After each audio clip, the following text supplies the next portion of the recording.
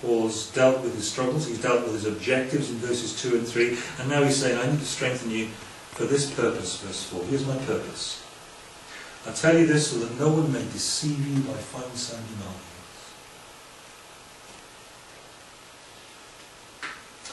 I think perhaps sometimes we don't spend enough time as ministers of the gospel in consciously deceit-proofing our people. It's not enough just to tell people the truth. It's part of it.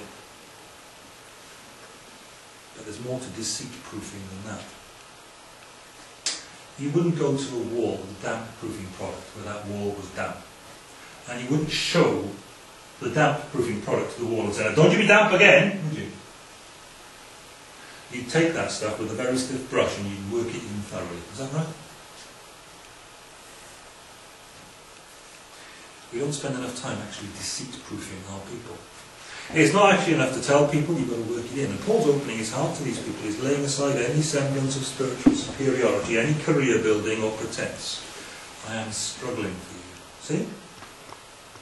He's winning them and deceit-proofing them by winning them in their mind, in their heart, in their being, commending, teaching, establishing God's truth in men's minds. It's so much more than advancing the argument for the case.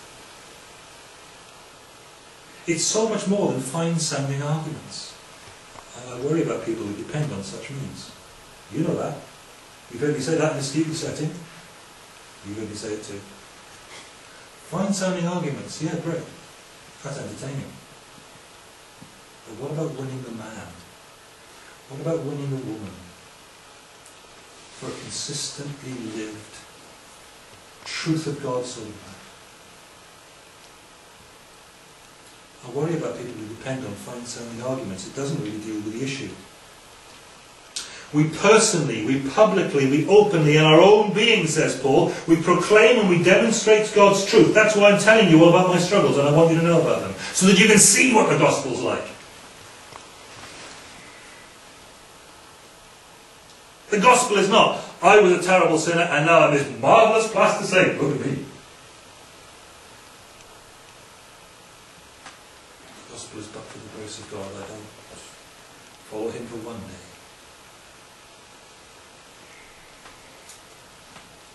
We do this by opening up to our people our reliance on the gospel of grace and on Jesus, the opened up mystery of God. And it's by that means that we deceit-proof the people of God. We show them consistency, genuineness, reality. There are deceitful people about in church. Nobody gasped, that's good. There are. The trouble with the church is you've only got sinners to form one with. Right? Be aware of that. Be aware of that. There are deceitful people who come in. We need to stay aware that there are people who come into churches with agendas. You all know, I have been involved in church planting. We have been involved in church planting all our life. People come along to try to establish themselves in small congregations, thinking it will be easiest there to get into a position to pursue their favourite agenda. I've seen situations where even elders wouldn't believe me when I was telling them what was going on. I've been in situations where I've set up meetings where they come in and then the guys would come out and they looked at me stunned. They're lying through their teeth, aren't they? Yes, they are. Because deceivers come along. You need to be deceit-proof, says Paul. Happens. The church of God has only got sinners in it, no angels allowed. And sinful people can easily fall into thinking that the way to get satisfaction they're craving, looking in the wrong places even as professing Christians, is to get their particular, peculiar buttons pressed. The church is not here to make them or us feel better, or look better. It's here largely to make Jesus look better to a sinful watching world as we show them what the reality of it is all about.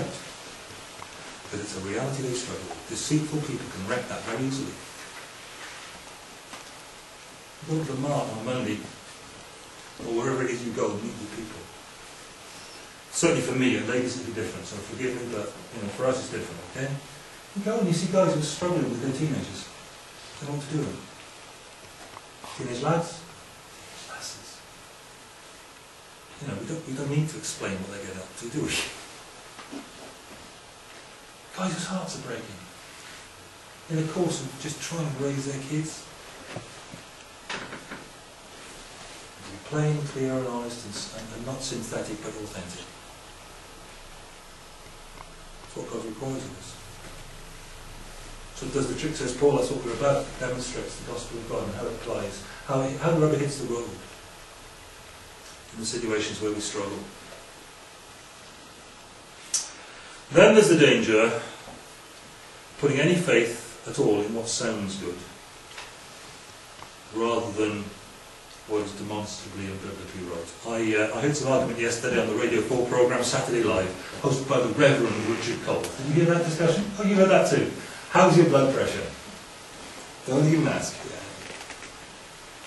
Pretty one-sided, rampant propaganda for an organisation called Accepting Evangelicals, which exists to say that you can consistently pursue a homosexual lifestyle as an evangelical Christian. Well, you can't. Now, that's not to say you can't be, but it's to say you can't pursue that lifestyle. And there's Joan Bakewell, of all people, on there, scathingly mocking at the biblical position as being based on Leviticus and Paul. That verse in Romans, she said. Paul. As if by chucking out Paul, you don't do some great damage to Christianity. You've just seen his position, you've seen where he stands in the big scheme of things.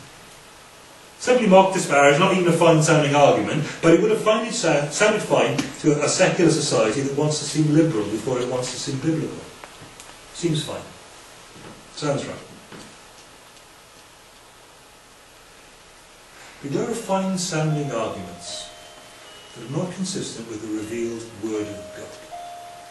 It comes down to that question of authority, doesn't it? Too many see authority as residing in fine-sounding arguments, as if sin-spoiled, utterly limited human intellects could be the arbiter of truth.